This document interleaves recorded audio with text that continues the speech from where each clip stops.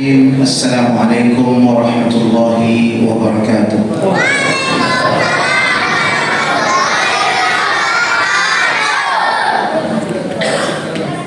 Ahmaduka Rabbi hamdan yuwafi ni'amak wa yukafi'u mazidak wa uthni 'alaika an an'amta 'alaina bi syarafil iman bik wa 'izzatil islam lak.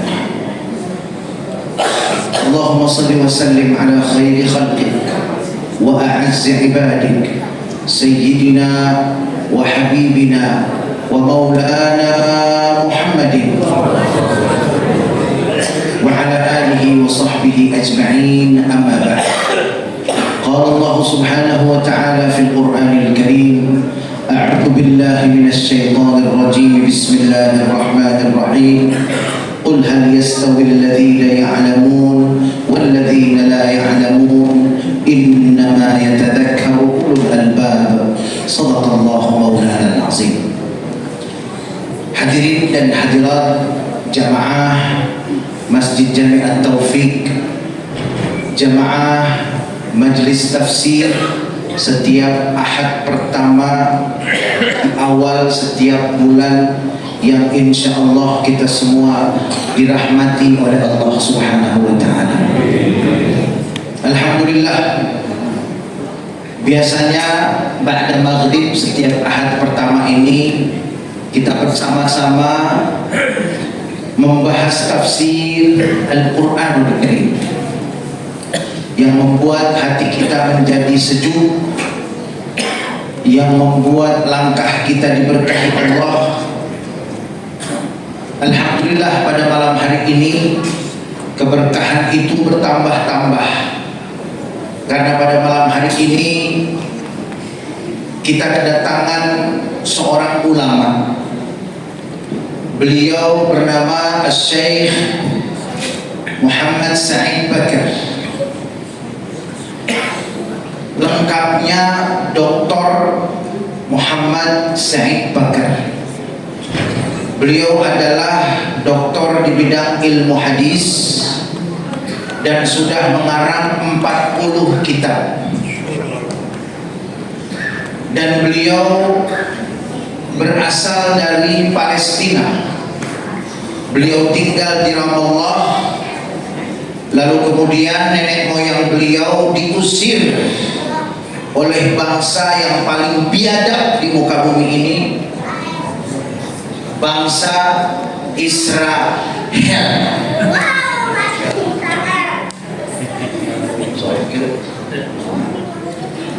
Bangsa Israel. Apa arti hel? Nah, akhirnya beliau keluarga mengungsi.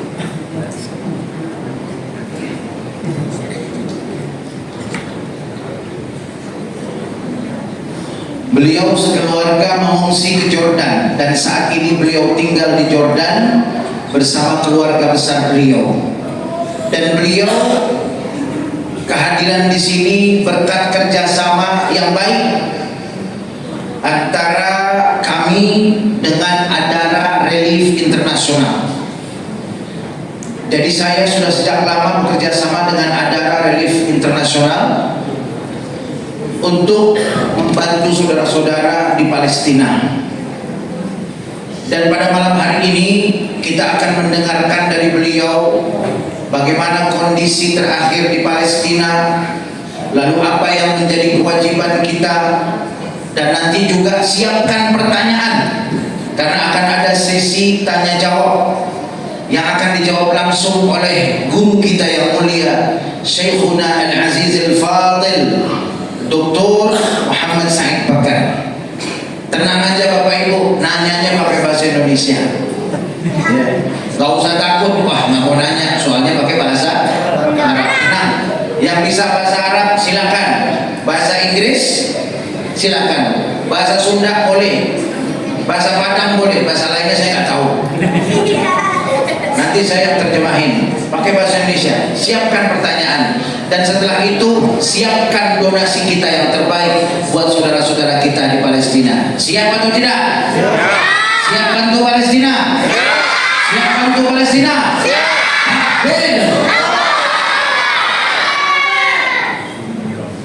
Beliau anak ke-7,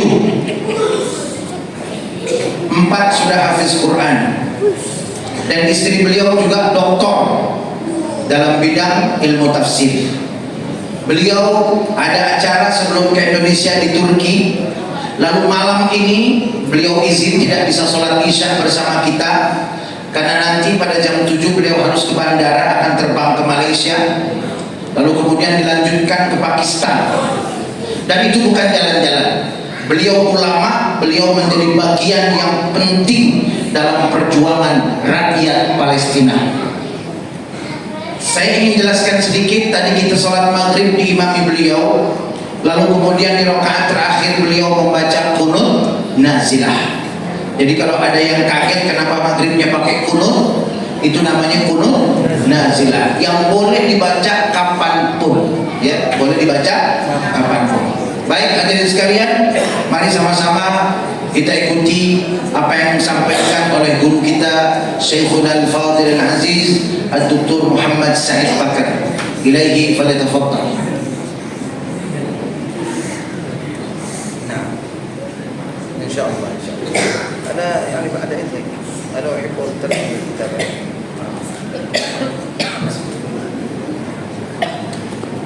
Assalamualaikum warahmatullahi wabarakatuh.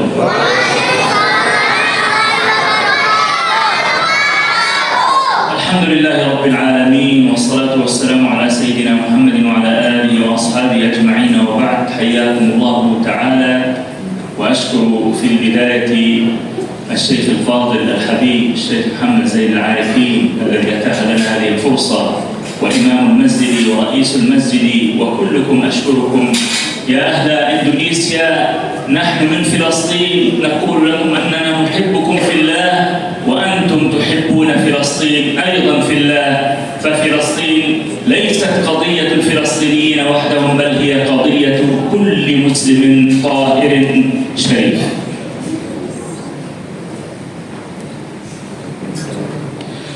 Hadirin sekalian, setelah beliau mengucapkan hamdalah dan berselawat kepada baginda Nabi Muhammad SAW, beliau di awal mengucapkan terima kasih dan apresiasi setinggi-tingginya kepada kami dan kepada Ketua DKM Masjid Jami At-Taufiq beserta seluruh jajarannya, imam dan seluruh jajarannya.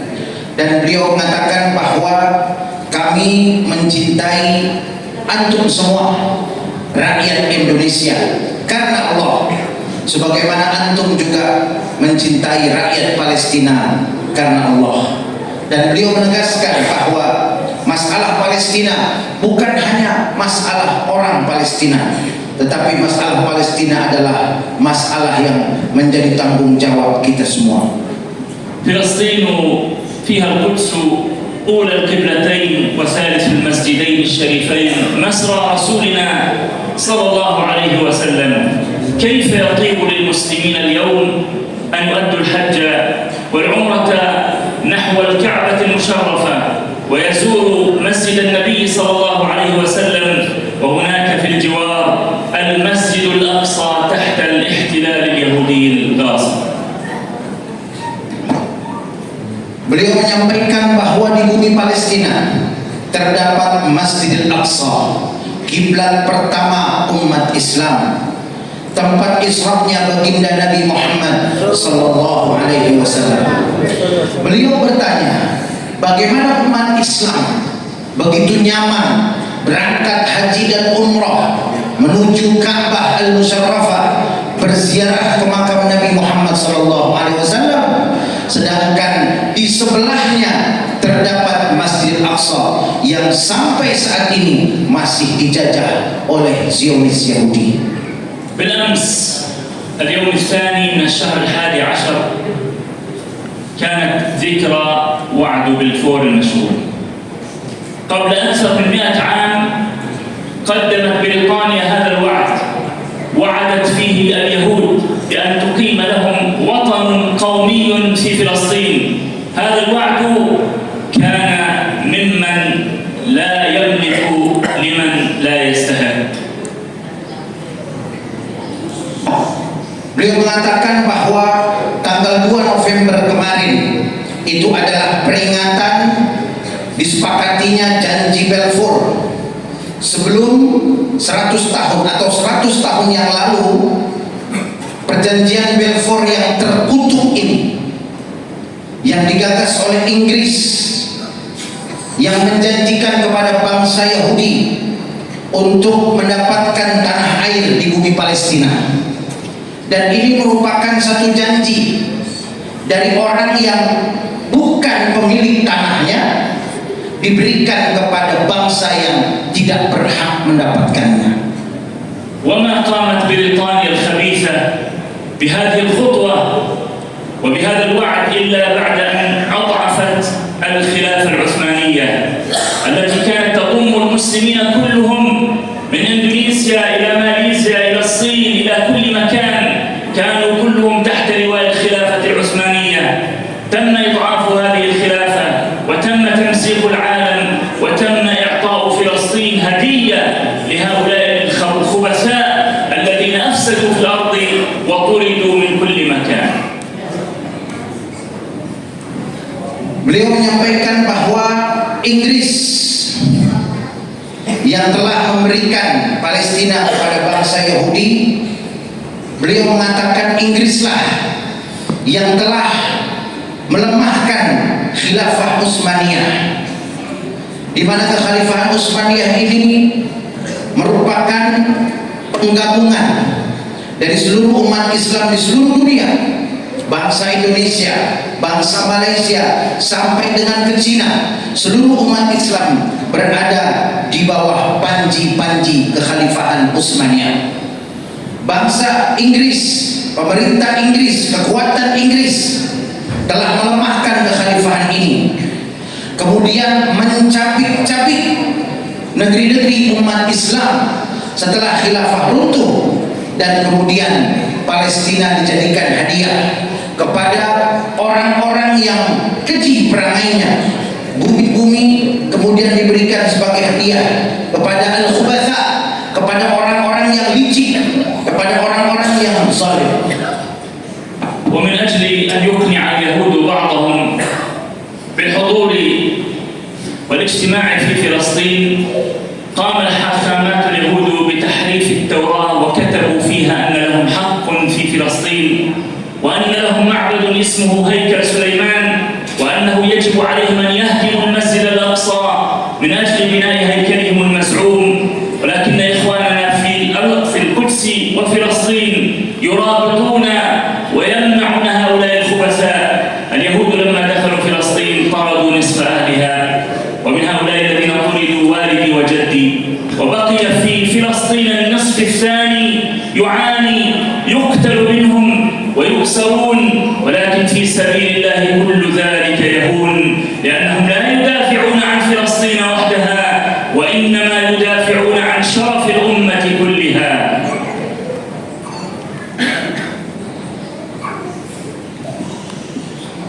Kemudian Syekh Muhammad Said Bakar mengatakan bahwa ada upaya untuk meyakinkan orang-orang Yahudi yang menjadi diaspora tersebar di seluruh dunia untuk berbondong-bondong datang ke Palestina.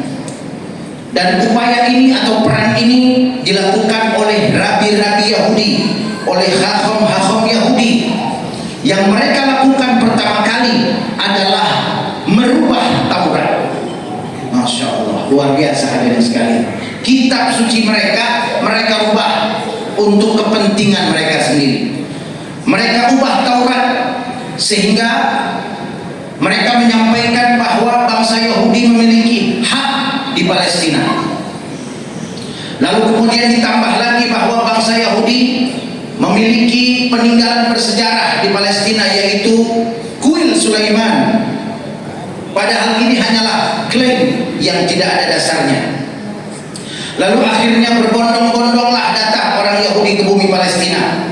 Namun saudara-saudara kita di Palestina, hadirin sekalian, mereka berjuang menjaga tanah air mereka sampai titik darah penghabisan. Mereka mencegah penjajahan, merebut tanah air mereka. Beliau menyampaikan bahwa pada saat itu hampir separuh rakyat Palestina diusir dari tanah airnya, termasuk nenek moyang dan kakek moyang beliau yang tinggal di Ramallah.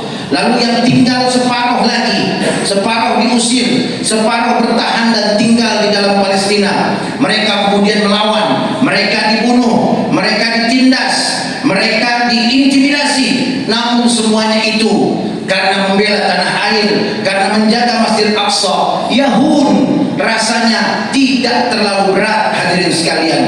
Berat pengorbanan yang mereka berikan, terasa ringan karena mereka, hadirin sekalian, membela Masjid Aqsa, membela kemuliaan kita, membela kemuliaan umat Nabi Muhammad sallallahu alaihi wasallam. Takbir. أمريكا وبريطانيا والخبثاء في العالم كله يقفون مع اليهود ويدعمونهم. في الحرب الأخيرة طوفان الأقصى خلال هذا العام الماضي قتل اليهود في فلسطين أكثر من 50,000 مسلم بين الأطفال والنساء والشيوخ، وهدموا المساجد والمستشفيات.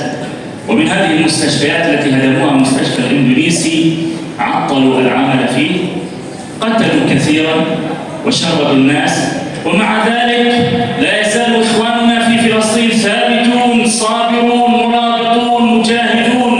أتعرفون ما هو سر ثباتهم؟ أنا سأحكي لكم ما هو سر الثبات.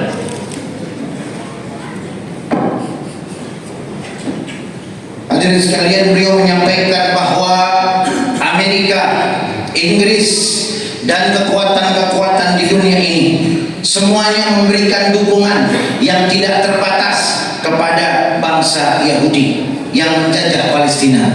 Dan saat ini beliau menyampaikan lebih dari 50.000 rakyat Palestina terbunuh, anak-anak, wanita, orang tua terbunuh. Lalu kemudian masjid-masjid dihancurkan, rumah sakit dihancurkan. Di antaranya adalah rumah sakit Indonesia di Gaza. Mereka merusak itu semua sehingga rumah sakit ini tidak bisa berfungsi lagi. Mereka membunuh, mereka mengusir orang-orang dari tempat tinggal mereka. Namun ma'asyiral muslimin, hadirin hadirat rahimakumullah, saudara-saudara kita di Palestina, sampai detik ini mereka tidak gentar, mereka tidak goyah, mereka tidak mau meninggalkan tanah airnya. Dan sebentar lagi Syekhul Al-Karim akan menyampaikan apa rahasianya di bawah semua tekanan dan penderitaan ini rakyat Palestina tetap bertahan. Sallu ala Nabi Muhammad.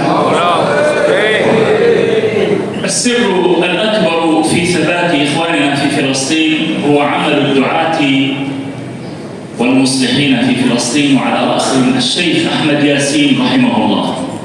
هؤلاء الكرام قبل أن يبدأوا بالجهاد والمقاومة بدأوا من المساجد يعلمون الناس القرآن والتفسير ويذكرونهم في الله. بدأوا بالعلم، بدأوا بالإيمان، بدأوا بالقرآن. يوجد في غزة أكثر من 40,000 حافظ للقرآن الكريم كاملا. صليت الفجر في أحد مساجد غزة ونظرت ورائي فإذا أكثر من 500 طفل غلام صغير يصلي الفجر في كل يوم في مساجد غزة. سر ثبات غزة هو القرآن والإيمان والعلم والدعوة، وبعد ذلك جاءت المقاومة بالحجارة والسكاكين حتى وصلت إلى الصواريخ، ولله الحمد والمنة، فإخواننا مجاهدون صابرون هناك. Hadirin sekalian, beliau menyampaikan bahwa rahasia tegarnya rakyat Palestina, rahasia kokohnya bangsa Palestina adalah karena dakwah. Para ulama merupakan rahasia mengapa bangsa Palestina tetap kokoh menghadapi berbagai ujian dan tantangan yang luar biasa. Beliau menyebutkan nama seorang pemimpin rakyat Palestina yang telah syahid, Syekh Ahmad Yasin. Saya tambahkan, Syekh Ahmad Yasin syahid, beliau sedang didorong oleh kursi roda. Beliau itu seorang syekh yang lumpuh total. Sepulang dari sholat berjamaah dari masjid, tiba-tiba kemudian tubuhnya hancur berserakan karena dipung oleh oleh tentara yang paling biadab di muka bumi ini, tentara Israel. Syekh Ahmad Yasin sebelum beliau memulai jihadnya, hadirin sekalian, beliau memulai bukan dengan angkat senjata terlebih dahulu. Beliau memulai dengan dakwah di masjid-masjid. Beliau memulai dengan mengajarkan Al-Quran, mengajarkan ilmu-ilmu syariah di masjid-masjid. Dan buahnya adalah sampai saat ini di Gaza saja terdapat 40.000 penghafal Al-Quran. Takbir! 40.000 penghafal Al-Quranul Karim. Dan beliau menyampaikan pengalaman pribadi beliau sholat di salah satu masjid di Gaza. Beliau sholat subuh berjamaah di masjid di Gaza, dan kemudian setelah sholat beliau menoleh ke belakang. Ternyata sholat subuh berjamaah di belakang beliau ada kurang lebih 50 anak-anak kecil. Dan anak-anak kecil ini yang jumlahnya sekitar 50 di masjid itu saja, di satu masjid itu saja, ternyata mereka secara istiqomah sholat subuh berjamaah setiap hari di masjid-masjid di Gaza. Inilah buah dari iman yang ditanamkan oleh para ulama, ilmu yang diberikan oleh para ulama, dakwah yang disampaikan oleh para ulama, sehingga kemudian dari pendidikan, dari pembinaan di masjid-masjid berubah menjadi perlawanan dengan melempar batu, berubah menjadi perlawanan dengan menggunakan pisau, berubah saat ini dari batu, dari pisau. Saat ini rakyat Palestina mampu membuat roket-roket dengan izin Allah Subhanahu wa ta'ala. وهنا من إندونيسيا الحبيبة أكبر دولة في العالم الإسلامي، يسأل المسلمون هنا ماذا يمكن أن نقدم لنصرة إخواننا في غزة وفلسطين والقدس، ماذا يمكن أن نقدم لنجدتهم، فالله تعالى سيسألنا عنهم. أقول لكم يمكن من هنا من إندونيسيا هذا البلد الطيب أن تقدموا أمورا 6، وأول هذه الأمور هو الدعاء. أكثروا من الدعاء لإخوانكم فهم في حاجة لدعواتكم، ادعوا لهم في صلاتكم وعند صيامكم وعند تلاوتكم للقرآن، فالدعاء فيه خير كثير. Hadirin sekalian, Dr. Syekh Muhammad Said Bakar mengatakan Indonesia yang beliau cintai adalah negeri muslim terbesar. Pertanyaannya adalah apa yang bisa diberikan sebagai bentuk solidaritas untuk menolong saudara-saudara kita di Palestina, untuk membela Al-Quds kita, Masjid Al-Aqsa. Karena kita nanti akan ditanya oleh Allah Subhanahu wa ta'ala. Semua umat Islam akan ditanya oleh Allah Subhanahu wa ta'ala mengenai pembelaannya terhadap Palestina. Beliau menyampaikan apa yang bisa diberikan oleh kita di Indonesia ada 6 hal. Yang pertama, beliau memulai dengan doa. Beliau menyampaikan yang bisa kita berikan kepada saudara-saudara kita di Palestina yang pertama adalah doa. Perbanyaklah doa untuk saudara-saudara kita di Palestina, karena mereka betul-betul membutuhkan doa.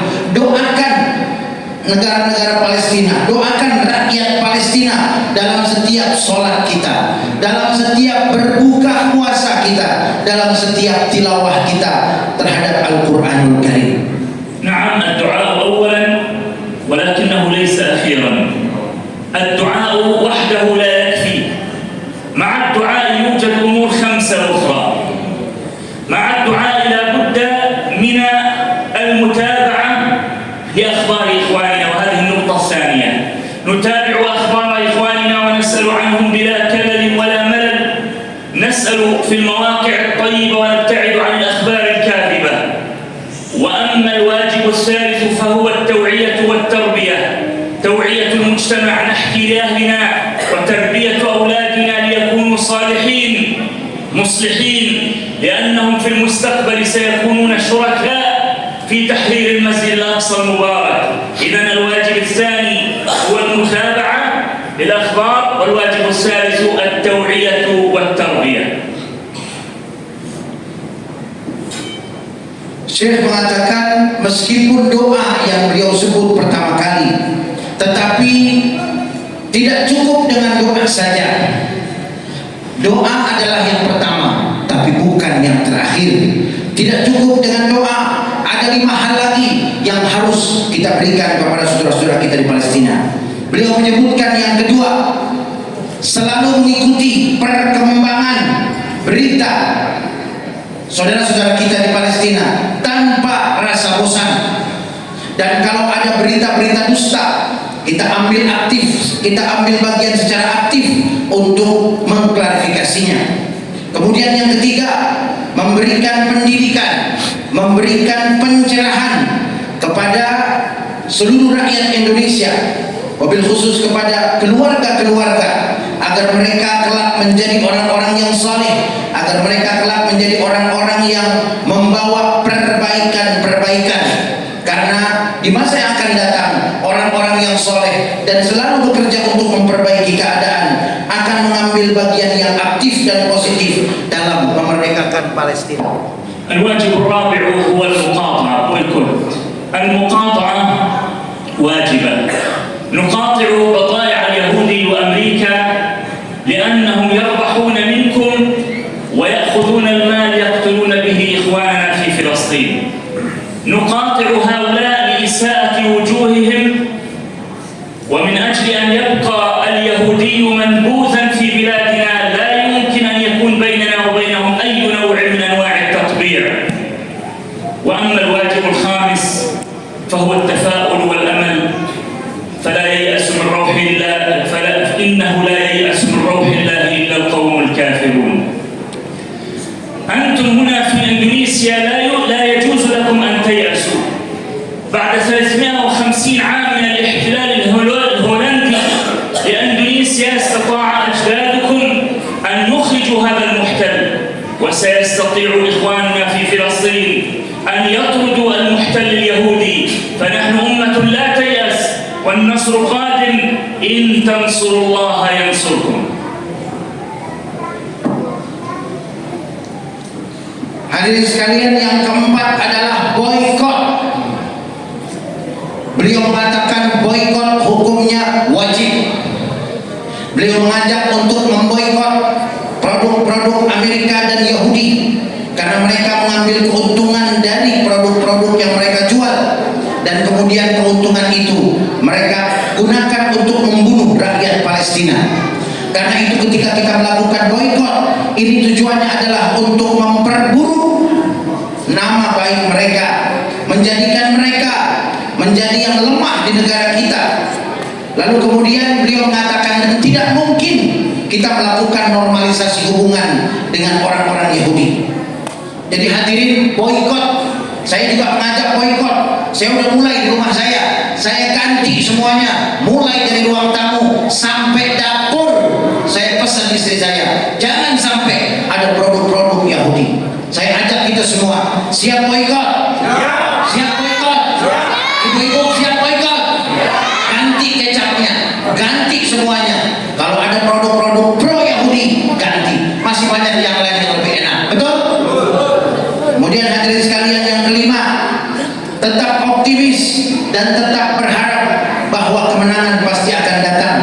Allah mengingatkan kita umat Islam agar tidak berputus asa, karena yang berputus asa hanyalah orang-orang kafir.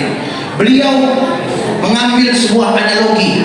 Negeri kita Indonesia 350 tahun dijajah oleh Belanda. Namun kata beliau, nenek moyang bangsa Indonesia berhasil memerdekakan tanah air Indonesia. Beliau menjadikan itu sebagai pelajaran yang berharga. Karena itu jangan berputus asa. Termasuk kita jangan berputus asa. Kita tetap menaruh harapan, tetap mendoakan, karena kemenangan pasti akan datang. الواجب السادس والأخير وبه نختم هو التبرع والدعم. إخوانكم في فلسطين قدموا أرواحهم وأولادهم، وأمريكا وبريطانيا يقدمون لليهود المال والرجال والسلاح. فماذا نقدم نحن هنا؟ هل يكفي الدعاء؟ يجب علينا أن ندعم وأن نقدم وأن نتبرع وأن لا نتأخر. وهناك مؤسسات عظيمة تجمع المال وتوصله، مثل مؤسسة أدارة توصل المال وهي تكفل أكثر من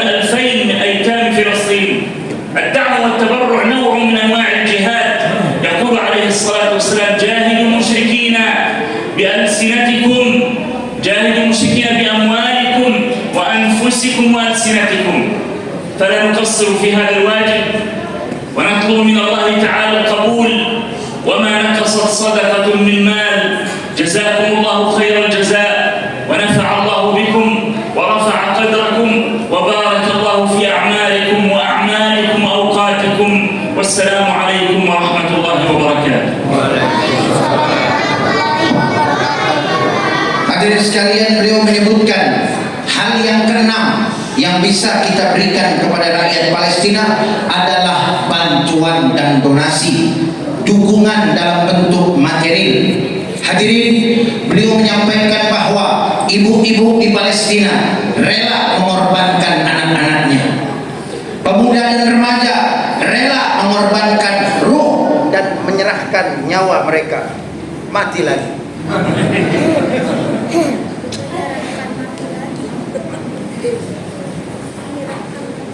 Mereka rela memberikan anak-anak mereka untuk menjadi syahid. Mereka telah memberikan nyawa mereka. Mereka telah kehilangan putra-putri tercinta mereka.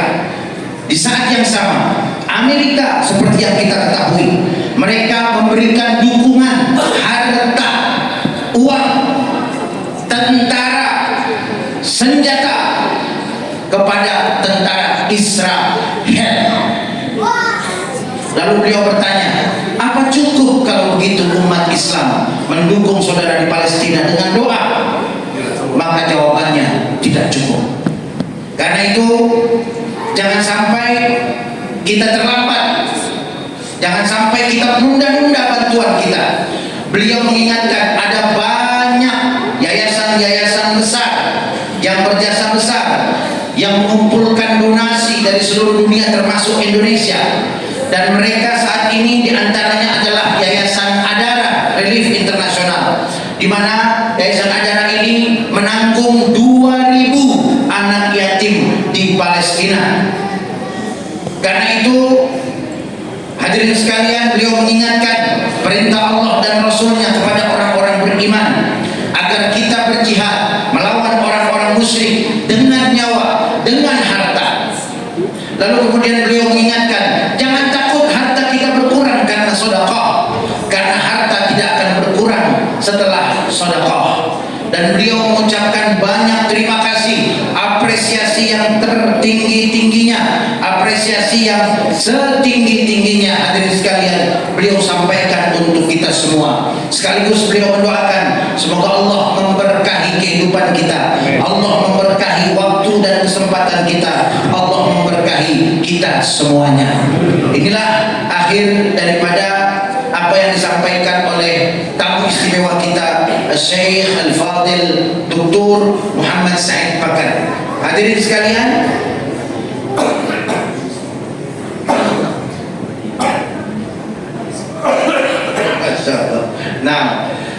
beliau barusan berbisik kepada saya, siapa yang bisa menyebutkan keenam hal yang tadi disebutkan beliau, maka beliau akan serahkan syal yang beliau sedang pakai.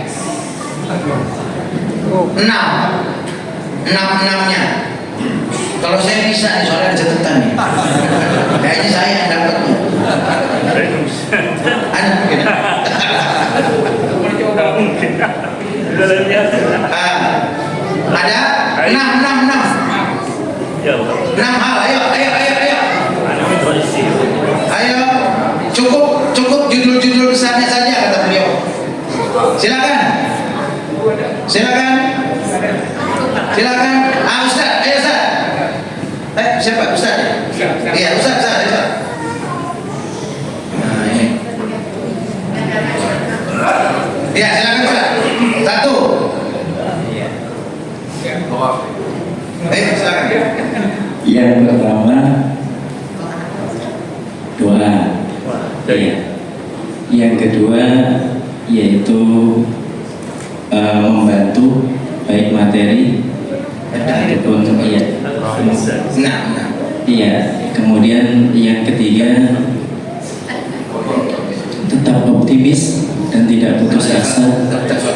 Kemudian yang keempat adalah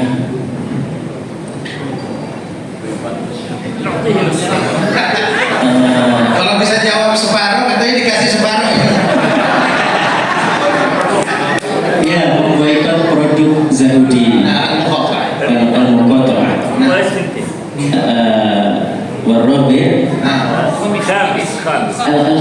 Nah, al-khamis yakni As'ad al-mutaba'ah wa taw'iyah lil Masya Allah. Takbir.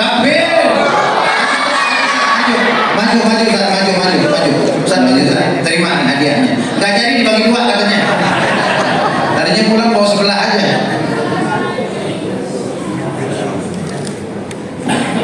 Ya, boleh difoto dulu, boleh difoto. Masya Allah. هكذا أبو عبيدة. Lah. Salas. خلاص كامل. Kami.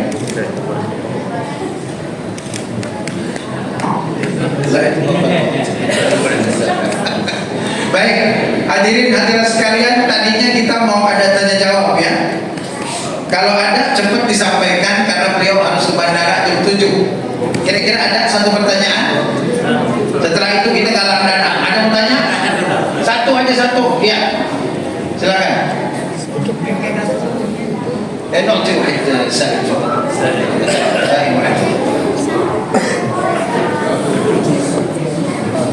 Bismillahirrahmanirrahim. Assalamualaikum warahmatullahi wabarakatuh. Kita doakan saudara-saudara kita di Palestina dan negara Palestina semoga cepat berkemerdekaan dan diberi kesabaran, ketabahan sehingga mampu berjuang untuk melawan Zionis Israel. Yang ingin saya tanyakan secara geografis, karena gambaran kita secara geografis tidak paham. Jadi antara jalur Gaza dan Masjid Al-Aqsa itu berapa jauh? Terus kenapa yang jadi titik serangan itu di jalur Gaza di barat? Mohon penjelasan. Jadi kenapa? Terus mungkin di jalur Gaza itu populasinya itu berapa? Jadi mungkin kita bisa menggambarkan kenapa kok jadi titik serang di jalur Gaza atau di barat. Terima kasih. Assalamualaikum warahmatullahi wabarakatuh. المسافة بين غزة والقدس تقريبا 90 كيلو. لماذا الهجوم على غزة تحديدا؟ لأن قوة الحركة الإسلامية المقاومة تم تركيزها في غزة. أما منطقة 47 فيحكمها اليهود بالكامل، ومنطقة الضفة الغربية للأسف هنالك السلطة وفتح الذين وضعوا يدهم في يد اليهود ولم يعودوا مقاومين، وبالتالي أصبحت المنطقة الوحيدة التي فيها مقاومة، وليس مقاومة وطنية وإنما مقاومة إسلامية. مجاهدين موجودة في غزة، لأجل ذلك يريدون قتل المقاومة للتخلص والقضاء على قضية فلسطين كلها. عدد سكان غزة 2 مليون، والحمد لله صحيح أنه قتل أثناء الحرب 50,000، لكنه أيضا ولد أثناء الحرب 60,000 مولود جديد.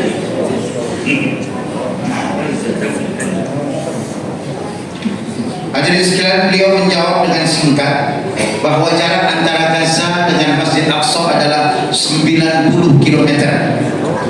Lalu kemudian mengapa Gaza yang diserang habis-habisan?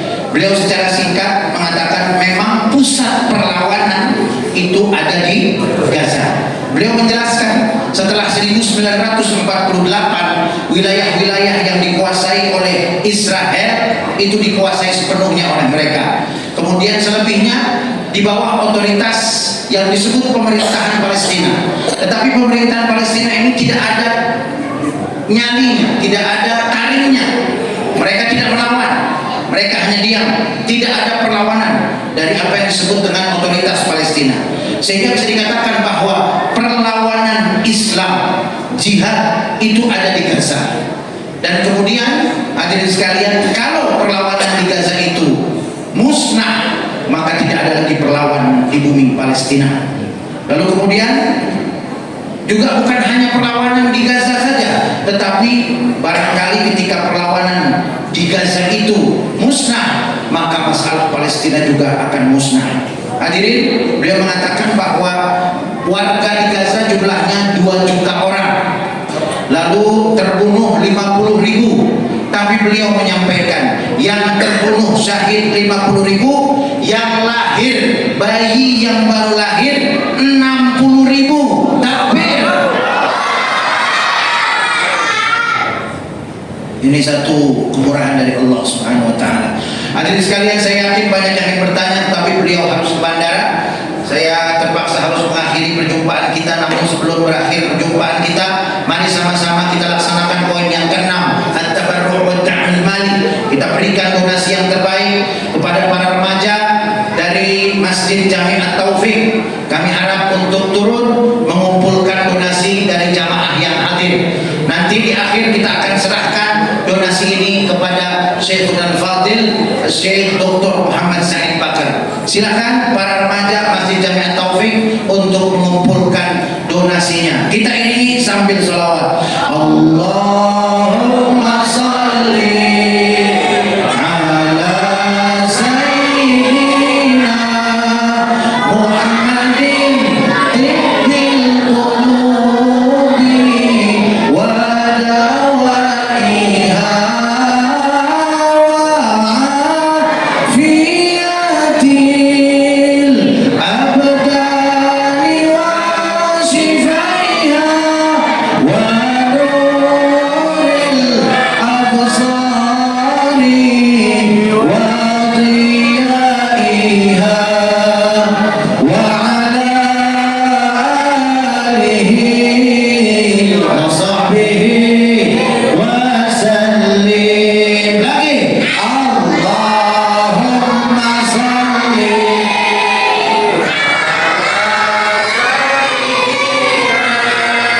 Muhammadin wa dawaiha fiyatil abdani wa shifaiha wa nuril absari wa diyaiha wa ala alihi wa sahbihi wa sallim. Sekali lagi Allahumma semuanya.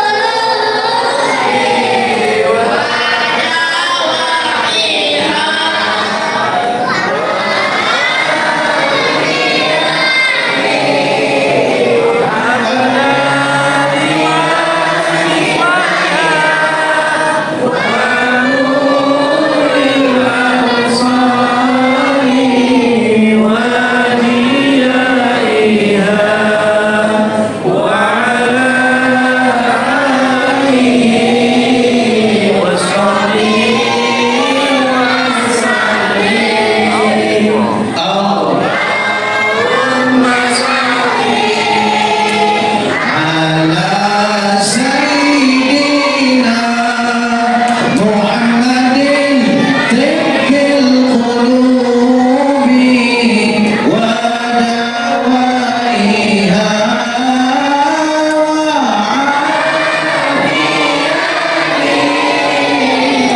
abdani wa shifaiha wa nuril absari wa diyaiha wa ala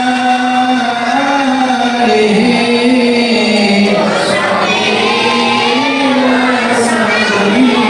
Hadirin sekalian, kita tutup. Saya juga ingin menyerahkan donasi dari posko yang saya buka, sumbangan dari masjid, kemudian dari jamaah di Ciracas. Pertama, saya ingin serahkan donasi dari posko sebesar 10 juta rupiah. Rasul